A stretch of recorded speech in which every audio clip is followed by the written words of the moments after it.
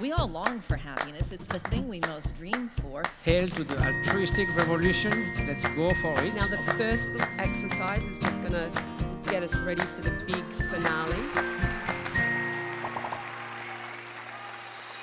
Very good morning to you all. I think you've all been seated for quite a while, maybe over half an hour. If some of you want to stand up, feel free, if you wish, to stand up and move around or shake your arms and hands, and maybe you want to do a bit of this or a bit of that.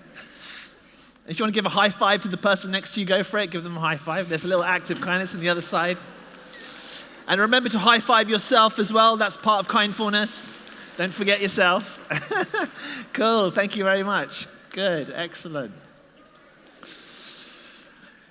Excellent. So, here we go. So, I'm going to share with you my story about how I discovered this concept of kindfulness. So it started a few years ago, and I was giving talks in different countries around the world like I am right now. I'm from London, and I've been traveling across lots of different time zones.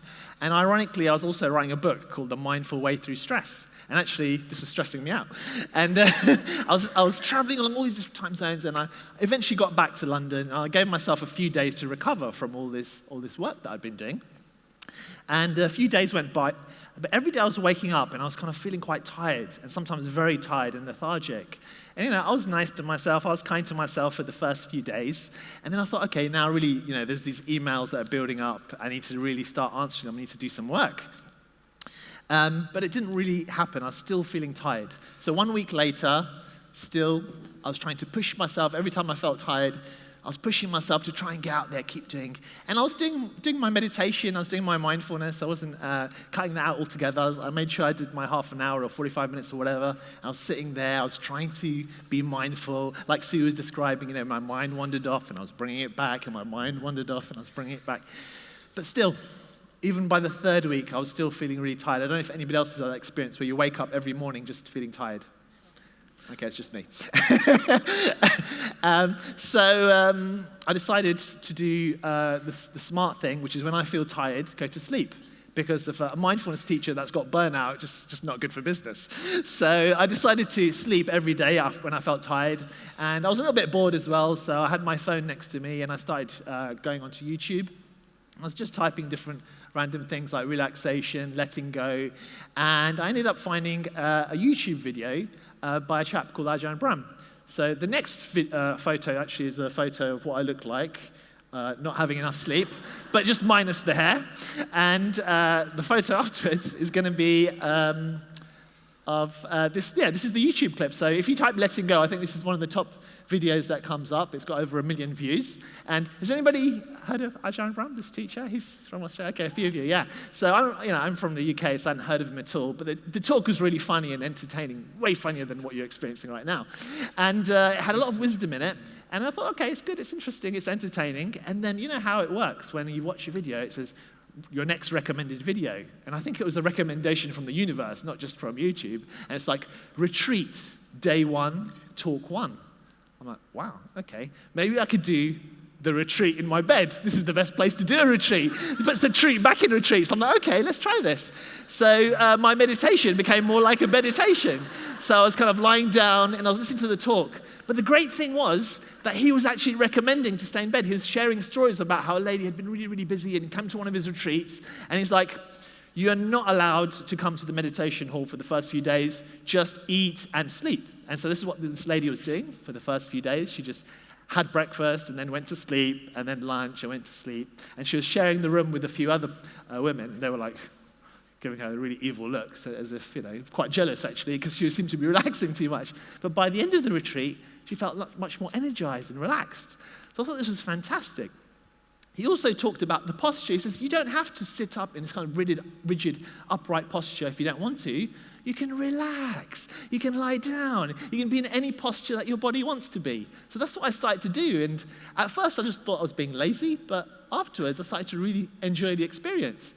And what happened is this experience of, in some ways, could have led to burnout if I kept pushing myself, turned out to be a really, really blissful experience. In fact, I started getting these meditation experiences that were as blissful as I'd experienced when I first started meditation. So it was almost 20 years ago. So suddenly it started coming back to me. It was a totally different way of approaching mindfulness and meditation. So this kind of kind of posture that you'd expect, or like an ideal posture to be meditating in, although it might look quite cool, imagine how painful that is, right? First of all, there's a waterfall behind him and he's sitting on a rigid rock. You think, oh God, that guy, that's the ideal, that's the dream. But I think it's not the dream, I think that's the nightmare. In fact, he gave an example of one monk who decided that he's going to be like the Buddha and he's going to just meditate all night, he's going to sit in the full lotus posture and he's not going to move. And he managed to do it. He didn't move for the 6 hours, but after that, he needed double knee replacement therapy, okay? So you need to be really careful and kindful rather than forcing yourself to do stuff. So actually, you need to listen to your body. And although I've written all these books, and I actually started saying, you need to sit in a comfortable but upright posture, actually, no. You just need to ask your body, how do you want to sit? And you could maybe do that right now. So if you want to change your posture to something like this, feel free to do so. In fact, that was what my posture was, I think, on the first day. I gradually made it to the bed. And it could be, something else, like maybe this. Or maybe this. This is my favorite one. If you actually try this, it's quite relaxing. If you just lean your head back a little bit and just open the mouth, you just notice your shoulders just start to relax. It's nature, right? Like when you fall asleep, I often miss the last, my stop is not quite the last train stop, and if I've had a late night, I end up looking a little bit like that on the last stop. And we're just completely relaxed. So maybe we do need to, maybe that's the ideal meditation posture rather than the other one. Anyway, I've been on some of these mindfulness or meditation retreats before, and I don't know if some of you have, but this is what the schedule looked like. Wake up time, 4:30. 5 a.m., meditation. Note, there's no breakfast so far. 7 a.m., some mindful walking if you're lucky. And then, more meditation.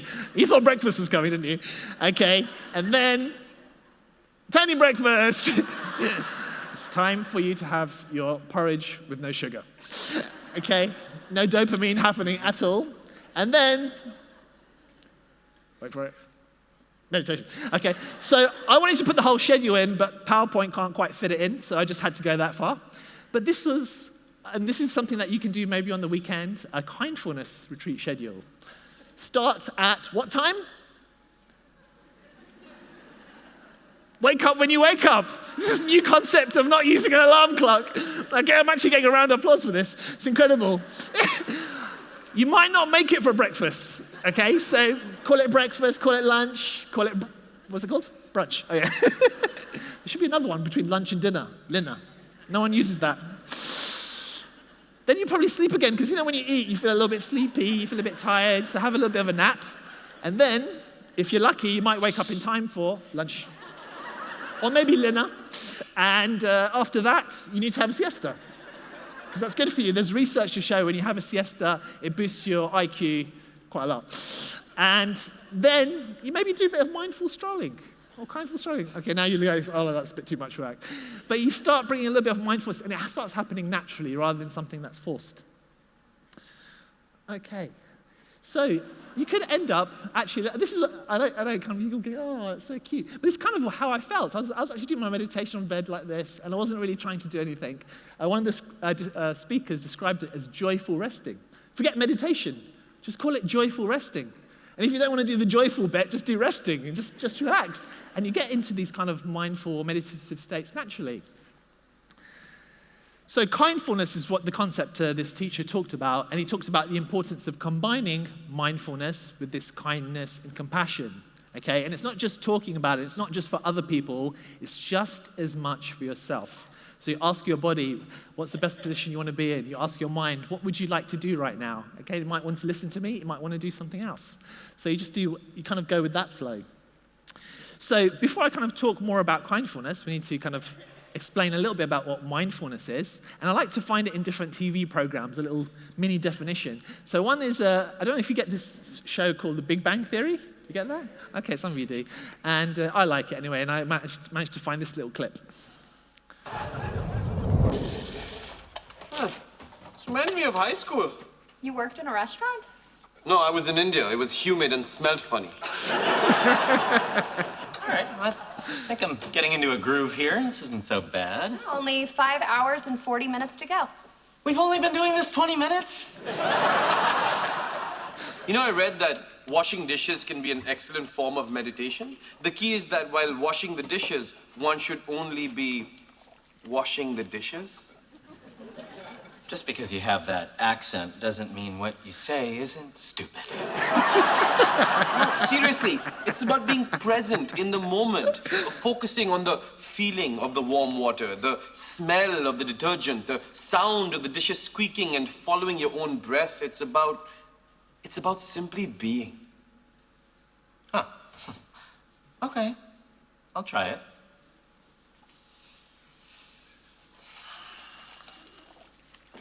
I need 3 people out front. Me! No fair! I was meditating! I love that clip. So yes, there's a nice little definition of mindfulness, being present in the moment, being in the here and now, just doing what you're doing in that moment. But it can be done in a more creative way. There's one teacher, we've got this Music of Happiness, and she taught some Bollywood there, and she teaches mindful Bollywood. And she was suffering from depression many years ago, and at that time they didn't talk much about mindfulness as a therapy for depression. But she's from Indian tradition originally, so she makes masala chai. Has anybody here made masala chai at home before? Okay, a few of you, yeah. It's one of my favorite drinks, actually. And she did it naturally, started doing it in a mindful way. So she took the saucepan, put the water and the milk in. She watched it as it started to heat up and boil, added the cardamom and the ginger and the vanilla and lots of sugar and then maybe some honey and all the other stuff. And just let it boil and really got into the moment, really observed the water as it boiled. She observed the tea. She really smelt the beautiful scents of the different spices, and then carefully kind of filtered it into her tea, into her cup, and then drank the masala chai really slowly. And that was her only relief. Those 15 or 20 minutes that she did maybe twice a day was her only relief from the relentless negative thoughts that were running through her head again and again and again. She didn't know anything about this, what I'm talking about, kindfulness or compassion. She was just practicing being present, and that gave her a sense of relief. So it's a good thing in that way too, and it can be practiced like you saw, washing the dishes or making a cup of tea or in anything that you're doing. But actually, if you look at the original character for mindfulness, it's actually got kindness and compassion at the heart of it.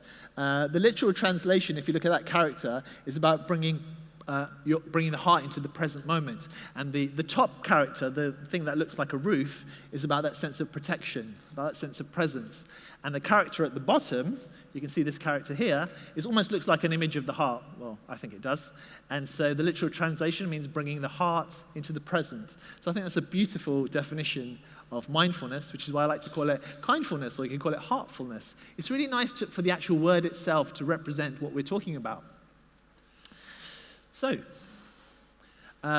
we had Matthew Ricard this morning talking a lot about the importance of kindness and compassion, not only just to ourselves, but also to others. And he also mentioned the importance of overcoming empathic distress, how if you're just practicing empathy rather than compassion, you're becoming aware of the negative emotions, but you're not bringing that love and care and kindness to it, which is really, really important.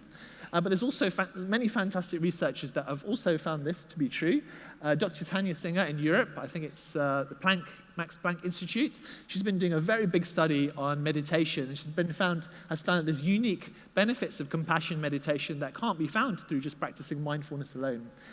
Christine Neff has done a lot of work on self-compassion. She's got a fantastic TED talk you can watch, and she compares self-compassion to self-esteem and finds that self-compassion trumps self-esteem, much more powerful for many different reasons. And Richard Davidson, who's worked with Matthew Ricard, the Dalai Lama, and many other teachers, have found that unique benefits of the loving kindness type meditation. Again, these are meditations which bring a lot of the love and the compassion or the heart into these practices.